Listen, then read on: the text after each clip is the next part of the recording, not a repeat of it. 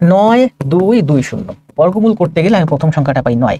তার মানে আমি বুঝতেছি এটার বর্গমূল করলে 90 তো হবে না, আরো বেশি আছে, তাহলে 91 থেকে 99 পর্যন্ত হবে।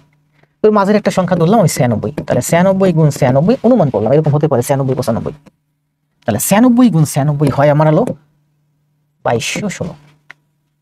তাহলে 2216 হলো আমার একটা পূর্ণবর্গ সংখ্যা যেখানে বর্গমূল হয় 96, তাই না? কিন্তু 2220 আবার 2220 লিখছি, বারবার ভুল করতেছি, সরি দুঃখিত।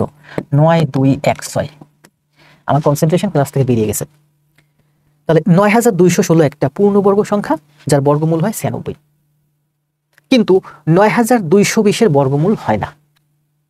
তাহলে এটা হচ্ছে 220 আর এটা হচ্ছে আমার 216, তাহলে কত বেশি? এই সংখ্যাটা থেকে এই সংখ্যা 4 বেশি। তো এই সংখ্যাটা থেকে আপনি 4 বাদ দিয়ে দেন, তাহলে 4 বাদ দিয়ে দিলে এটা 20 হয়ে যাবে 16। তাহলে 9220 থেকে আপনি যদি 4 বাদ দেন তাহলে আপনার সংখ্যাটা হয় 9216, যার বর্গমূল করলে হয় 96। তাহলে বলছে যে 9220 থেকে কমপক্ষে কত বাদ দিলে সংখ্যাটি বর্গমূল হবে বা বর্গাকারে সাজানো যাবে শূন্যদেরকে। তাহলে সেই সংখ্যাটা হচ্ছে 4।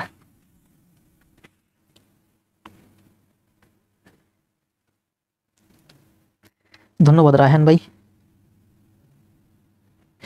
আব্দুল মুক্তাদির এত বড় কমেন্ট কখন করছেন? পড়ছি, সবার কমেন্ট দূর দূর চোখ বলে যাচ্ছে। আবার দেখেন আরেকটা সংখ্যা ছিল কত? 97 9409।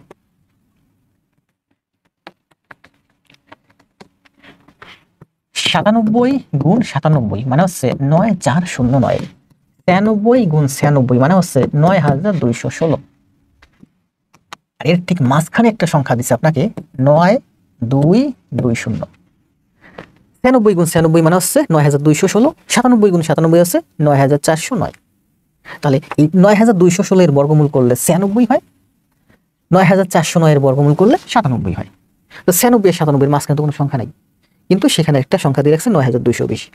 তাহলে পূর্ণবর্গ সংখ্যা হবে। পূর্ণবর্গ মানে এটা বর্গ করলে এটা হবে পূর্ণ সংখ্যা, এটা বর্গমূল করলে পূর্ণ সংখ্যা হবে, এটার বর্গমূল করলে এখানে দশমিকে চলে আসবে, পূর্ণ সংখ্যা হবে না।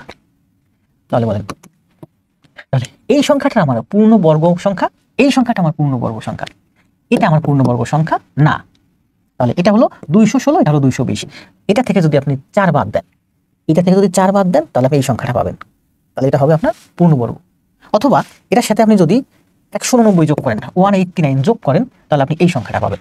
তাহলে এই সংখ্যাটাও পূর্ণবর্গ সংখ্যা। এটা হলো 97 গুণ 97 আর এটা হলো 96 গুণ 96। তো 9220 থেকে আমি যদি 4 বাদ দেই তাহলে আমার পূর্ণবর্গ সংখ্যা হবে। অথবা 9220 এর সাথে যদি আমি 189 যোগ করি তাহলে আমার পূর্ণবর্গ সংখ্যা হবে। এটাও পূর্ণবর্গ সংখ্যা, এটাও পূর্ণবর্গ সংখ্যা, কিন্তু এইটা পূর্ণবর্গ সংখ্যা না।